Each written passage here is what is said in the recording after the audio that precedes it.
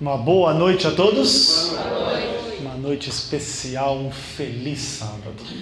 O título da mensagem esta noite é um título longo, testemunhando a agonia, o julgamento, a morte e a ressurreição de Jesus.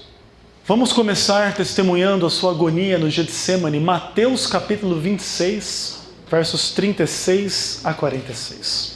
Em grande medida, a mensagem dessa noite será retirada do Evangelho de João. O Evangelho de João foi o último livro da Bíblia a ser escrito. João foi o discípulo mais jovem de Jesus. Foi o único que esteve com Cristo no seu julgamento e na cruz. Todos os outros fugiram. O outro discípulo que estava mais perto de Jesus, além de João, era Pedro. E Pedro nega Jesus enfaticamente, com palavrões, com impropérios, como diz a Bíblia. E nós vamos estudar basicamente o último dia da vida de Cristo a partir do Evangelho de João. Mas nós vamos começar lendo o texto de Mateus, porque ele dá uma informação que o Evangelho de João não traz e que é bastante importante para a gente dentro do nosso contexto hoje. Então, Mateus capítulo 26, a partir do verso 36, assim diz a palavra do Senhor. Em seguida foi Jesus com eles a um lugar chamado Getsemane e disse a seus discípulos: assentai-vos aqui, enquanto eu vou ali orar. E levando consigo a Pedro e os dois filhos de Zebedeu, ou seja, Tiago e João, começou a entristecer-se e a angustiar-se.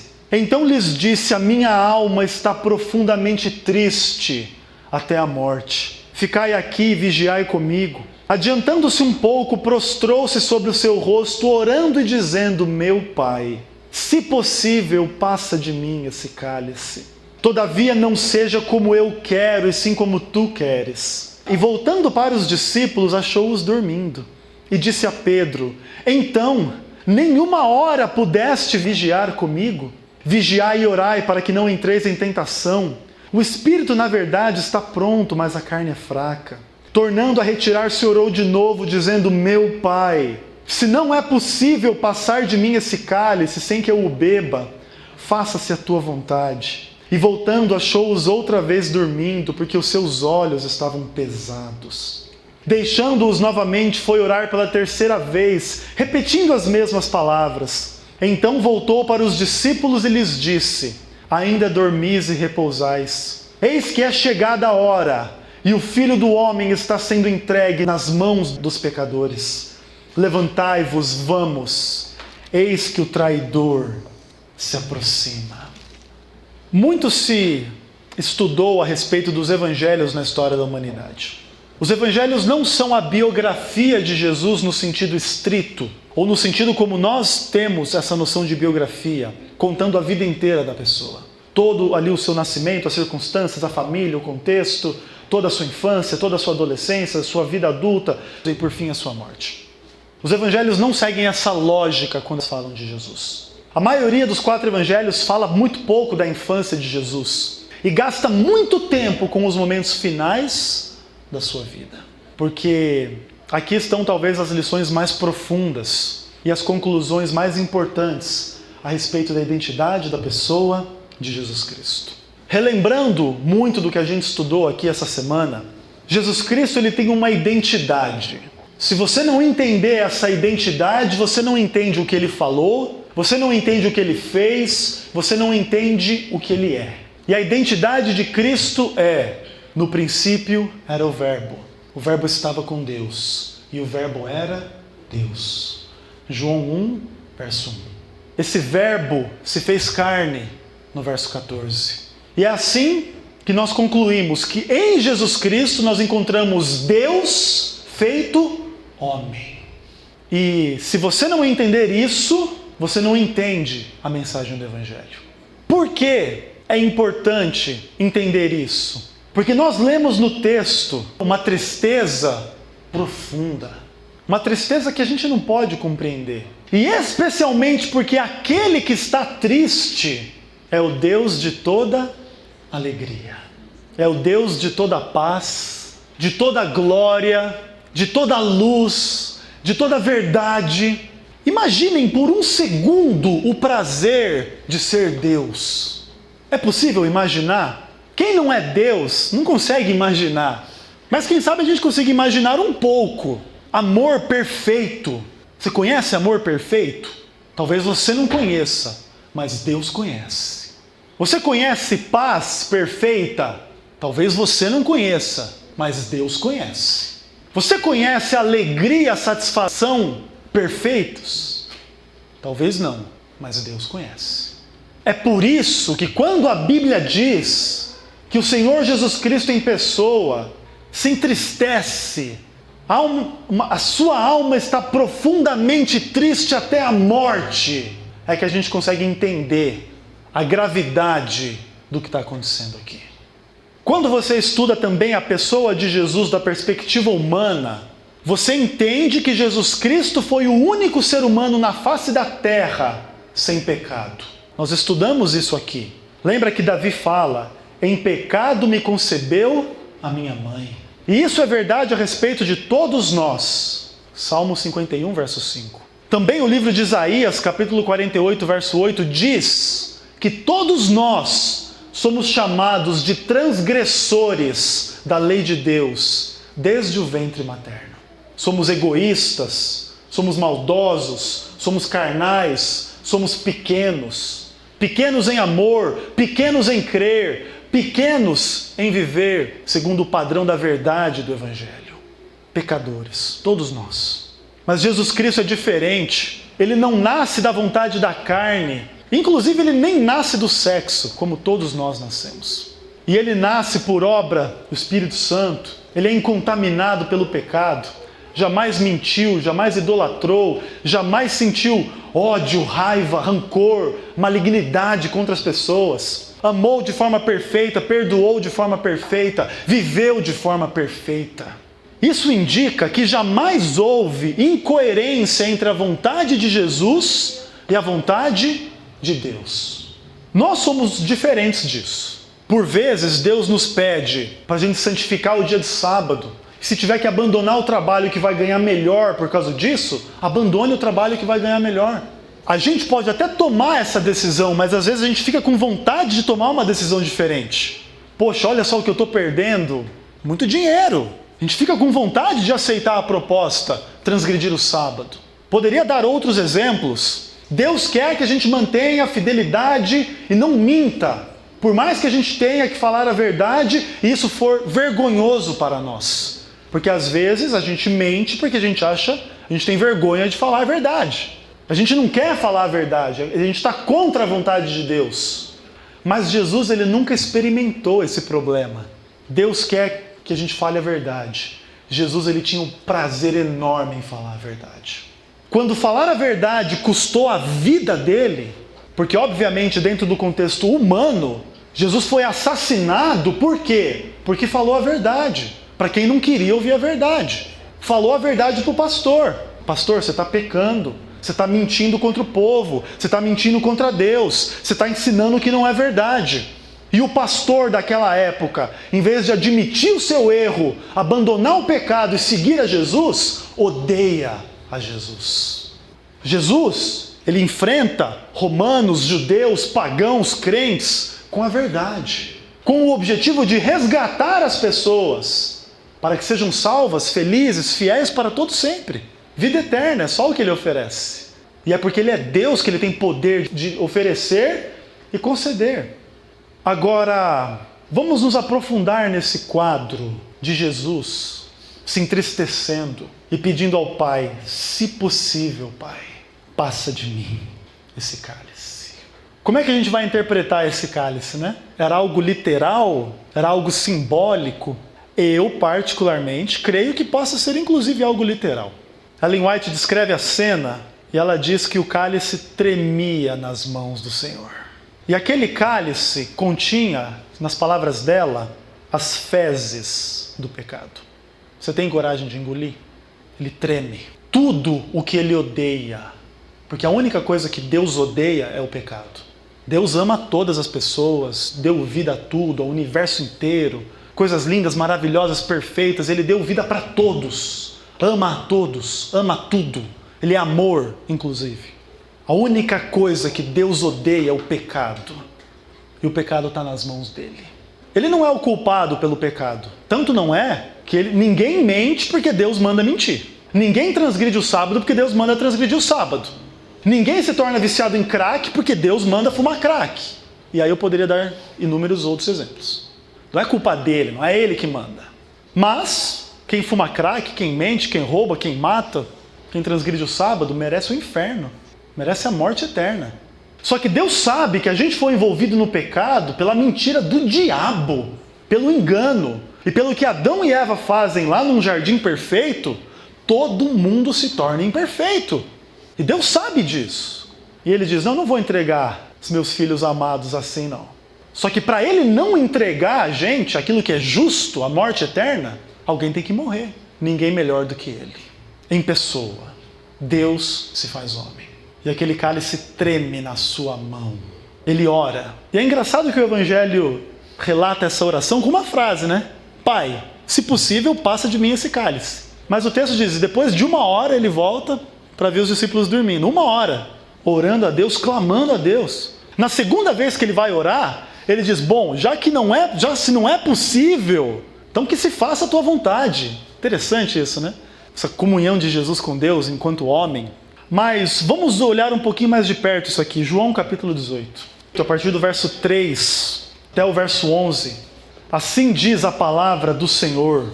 Tendo, pois, Judas recebido a escolta, e dos principais sacerdotes e dos fariseus, alguns guardas, chegou a este lugar com lanternas, tochas e armas. Sabendo, pois, Jesus todas as coisas que sobre ele haviam de vir, adiantou-se e lhes perguntou, a quem buscais? Responderam-lhe, a Jesus o Nazareno. Então Jesus lhes disse, sou eu.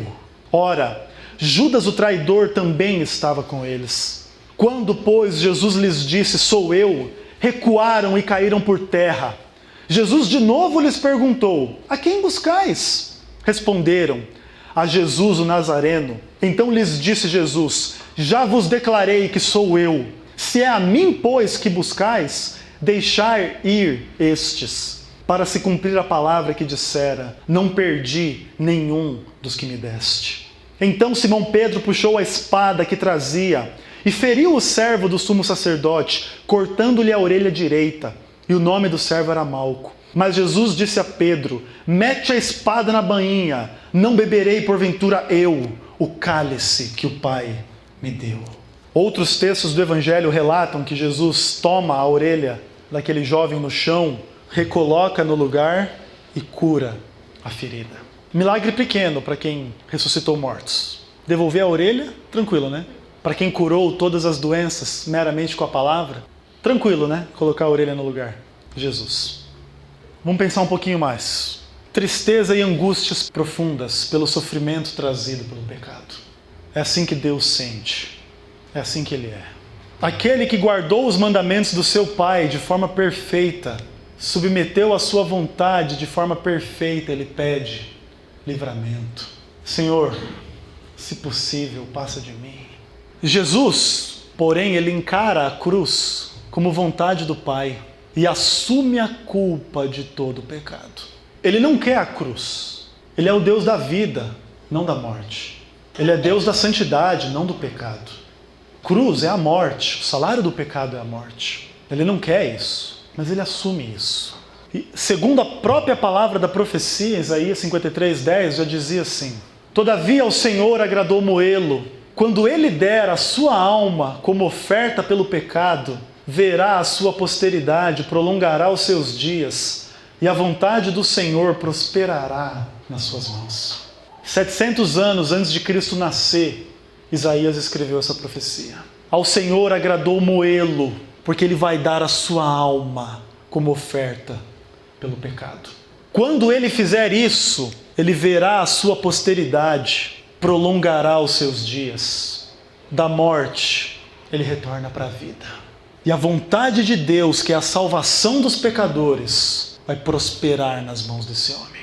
Porque pelo que ele vai sofrer a partir de agora, ele tem todo o direito de perdoar todo viciado em crack, todo político corrupto, todo ladrão, todo assassino, todo mentiroso, todo pecador, vocês e eu.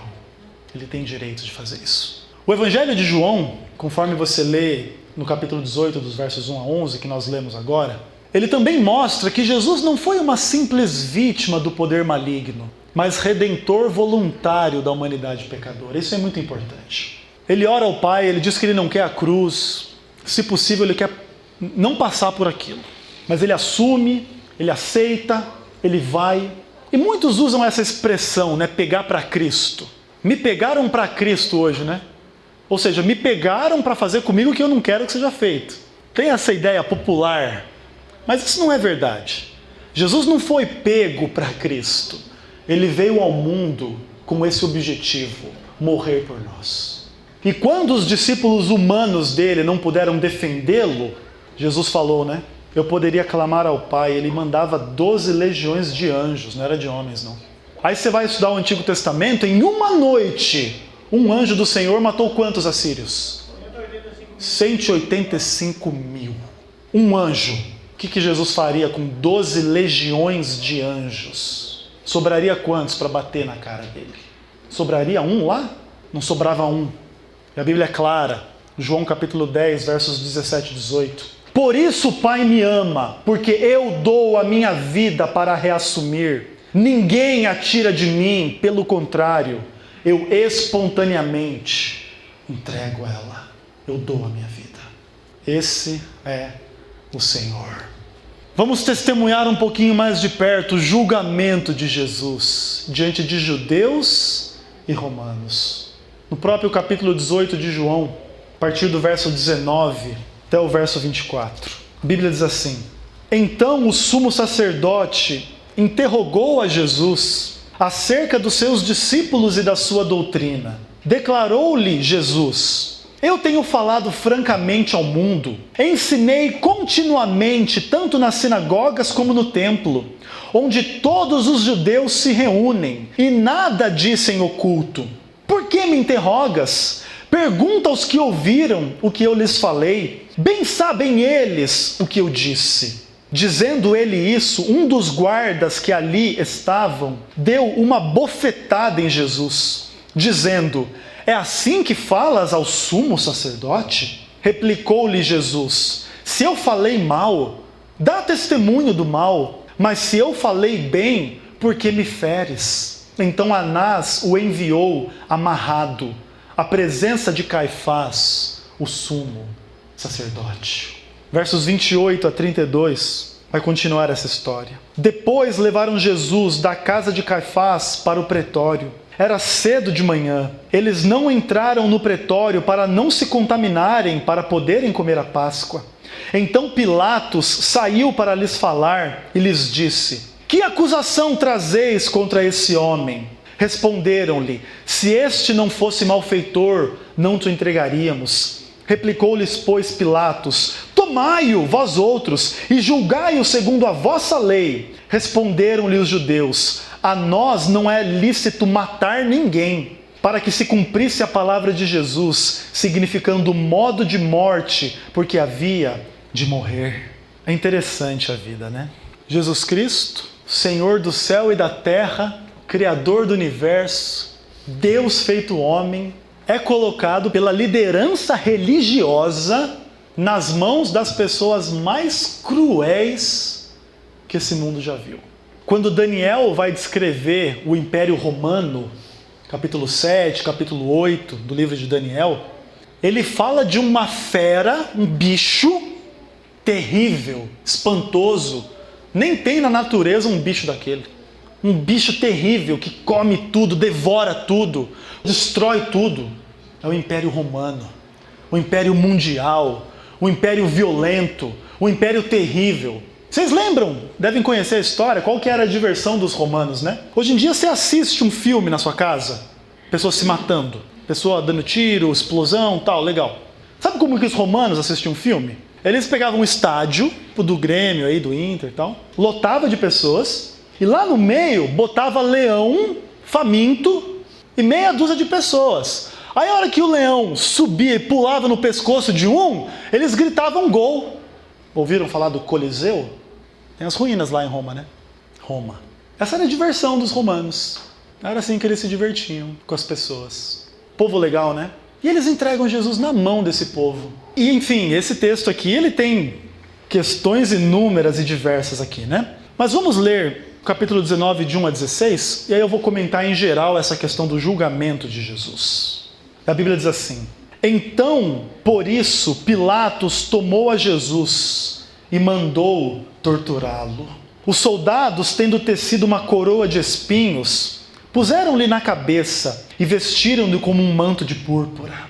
Chegavam-se a ele e diziam: Salve, Rei dos Judeus! E lhe davam bofetadas. Outra vez saiu Pilatos e lhes disse: Eis que eu vou-lo apresento, para que saibais que eu não acho nele crime algum. Saiu, pois, Jesus trazendo a coroa de espinhos e o manto de púrpura. Disse-lhe Pilatos: Eis o homem. Ao verem-no, os principais sacerdotes e os seus guardas gritaram: Crucifica! Crucifica-o! Disse-lhe Pilatos: Tomai vós outros e crucificai-o, porque eu não acho nele crime algum. Responderam-lhe os judeus: Nós temos uma lei, e de conformidade com a lei ele deve morrer, porque a si mesmo se fez filho de Deus. Pilatos, ouvindo tal declaração, ainda mais atemorizado ficou, e tornando a entrar no pretório, perguntou a Jesus: De onde és tu? Mas Jesus não lhe deu resposta. Então Pilatos o advertiu: Não me respondes? Não sabes que tenho autoridade para te soltar e autoridade para te crucificar? Respondeu Jesus: Nenhuma autoridade terias sobre mim, se de cima não te fosse dado. Por isso eu te digo: quem me entregou a ti, maior pecado tem. A partir desse momento, Pilatos procurava soltá-lo, mas os judeus clamavam: Se soltas a este, não és amigo de César. Todo aquele que se faz rei é contra César. Ouvindo Pilatos essas palavras, trouxe Jesus para fora, sentou-se no tribunal, no lugar chamado Pavimento, em hebraico, Gabatá.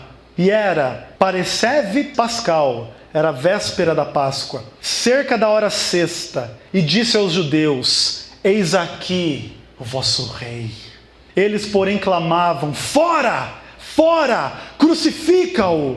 E disse-lhe Pilatos: Hei de crucificar o vosso rei? Responderam-lhe os principais sacerdotes: Não temos rei, senão César. Então Pilatos o entregou para ser crucificado.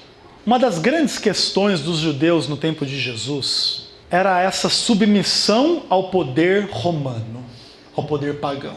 Existia inclusive uma classe entre os judeus que eram chamados dos zelotes, que eram pessoas que pregavam o seguinte: Roma não tem poder legítimo sobre Israel, e nós podemos pegar em armas contra os romanos, nós devemos nos defender contra os romanos, porque só Deus reina sobre Israel, porque Deus é o rei de Israel.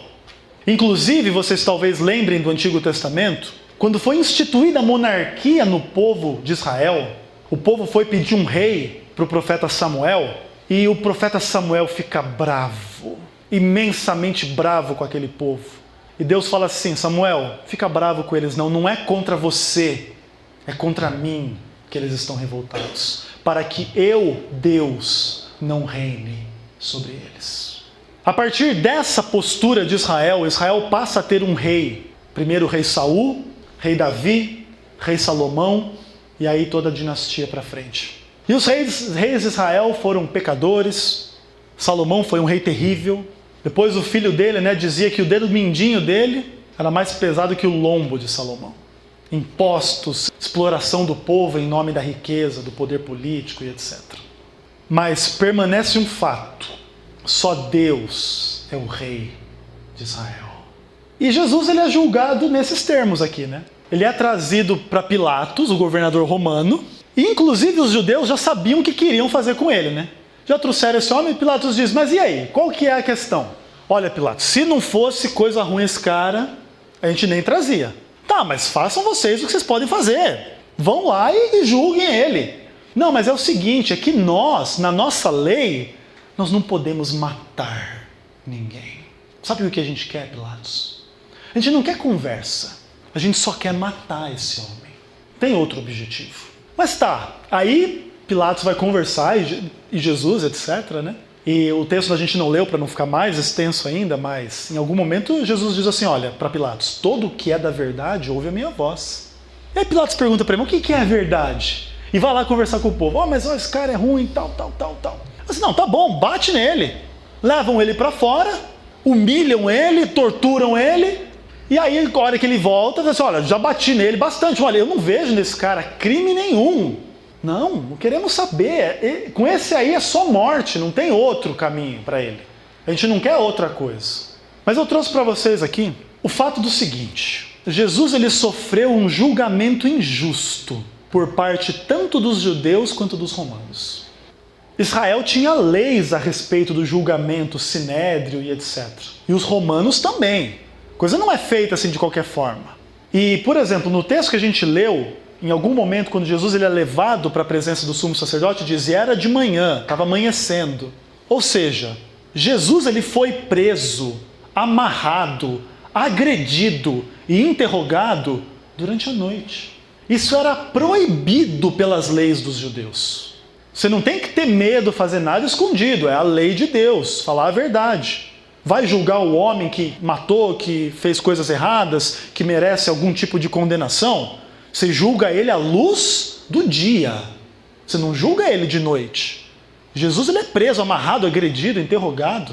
Se pudesse era morto, ali na noite mesmo. Outra coisa, em casos polêmicos, a decisão final, se o homem deveria ser condenado ou não, deveria ser dada num intervalo de 1 ou 2 dias para evitar injustiças. Às vezes acontece um tumulto, uma comoção popular.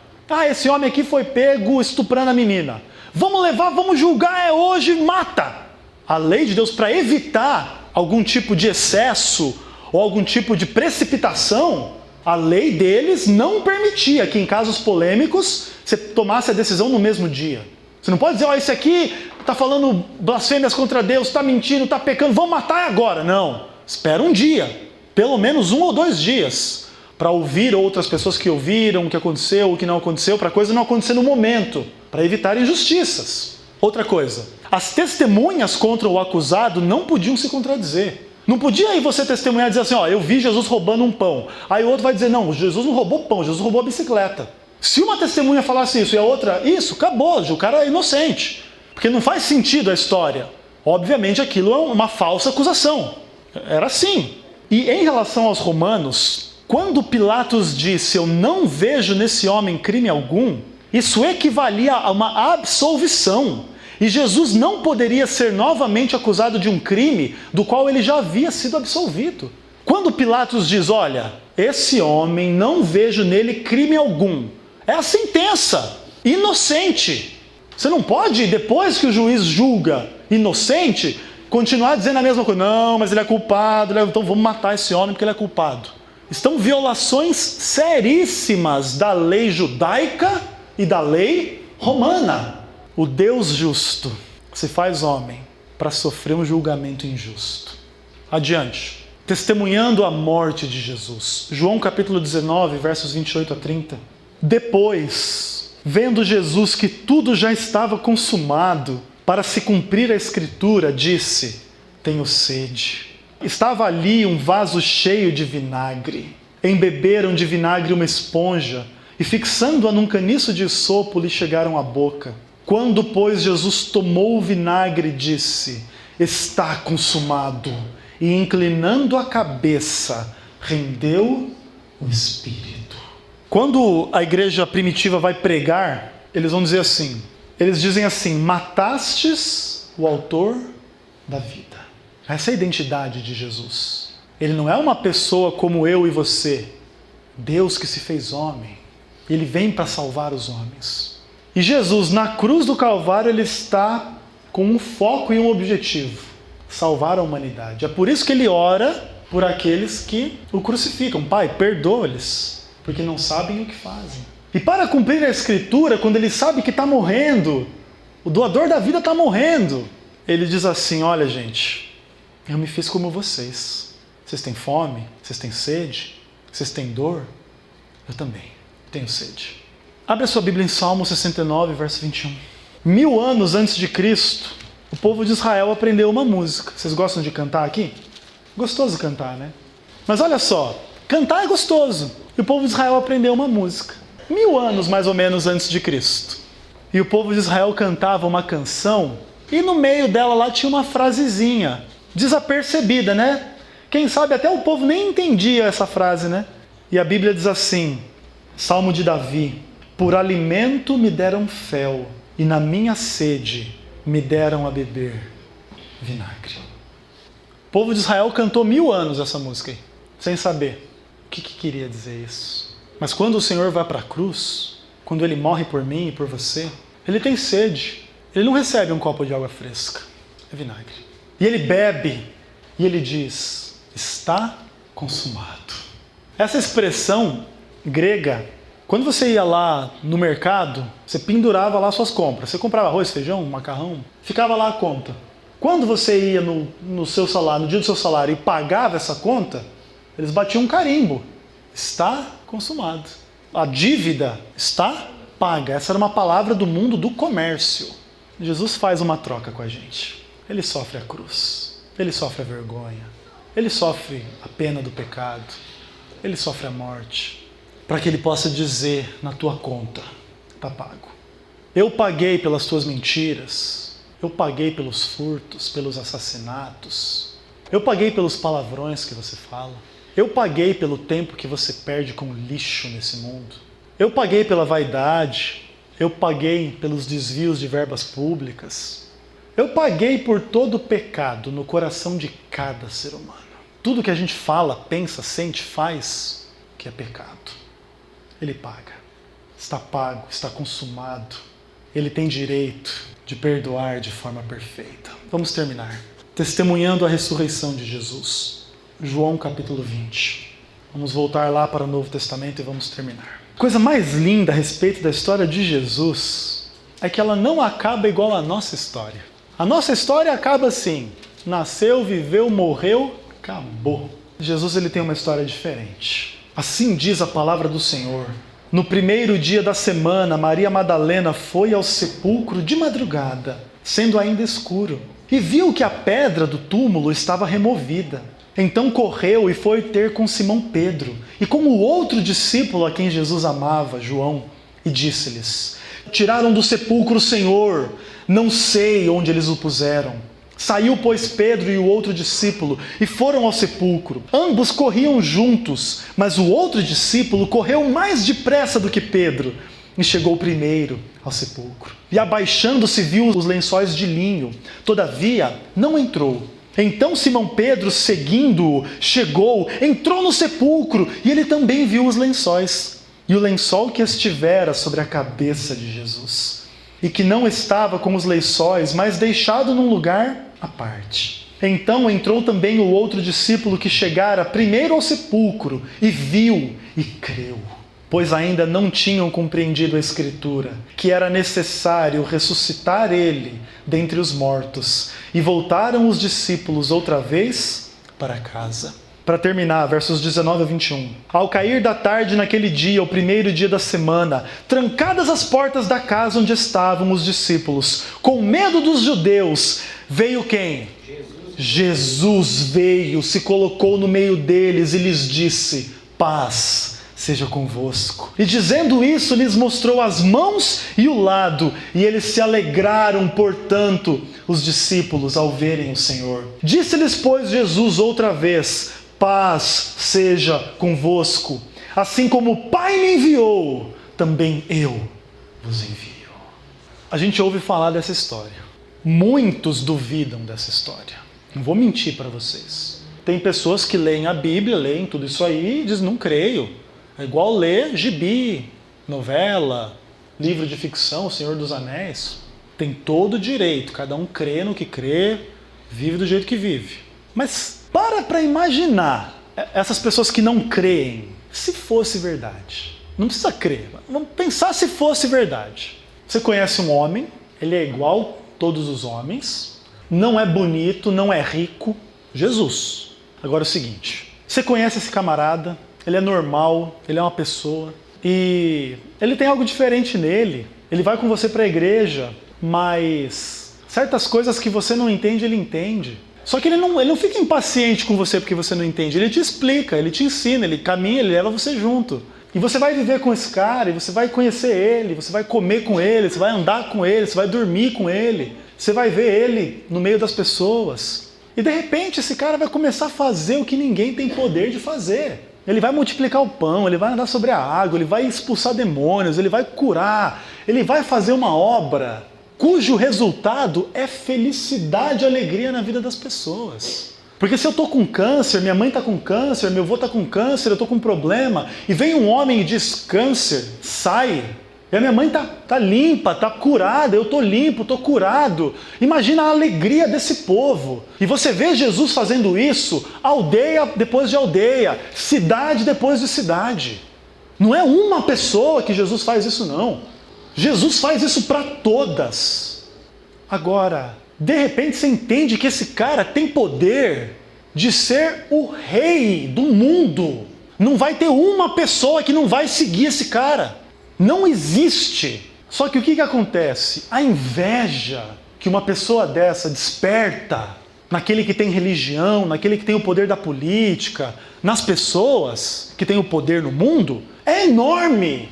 Porque esse cara sem dinheiro, sem riqueza, sem palácio, sem pompa, ele tem poder para mudar a história, a vida das pessoas. E quando a gente pensa que esse cara vai ser entronizado, todo mundo vai adorar ele, todo mundo vai seguir ele, e vai seguir o seu amor, a sua graça, a sua lei, a sua paz, é cruz para ele, é ódio para ele, é raiva dele.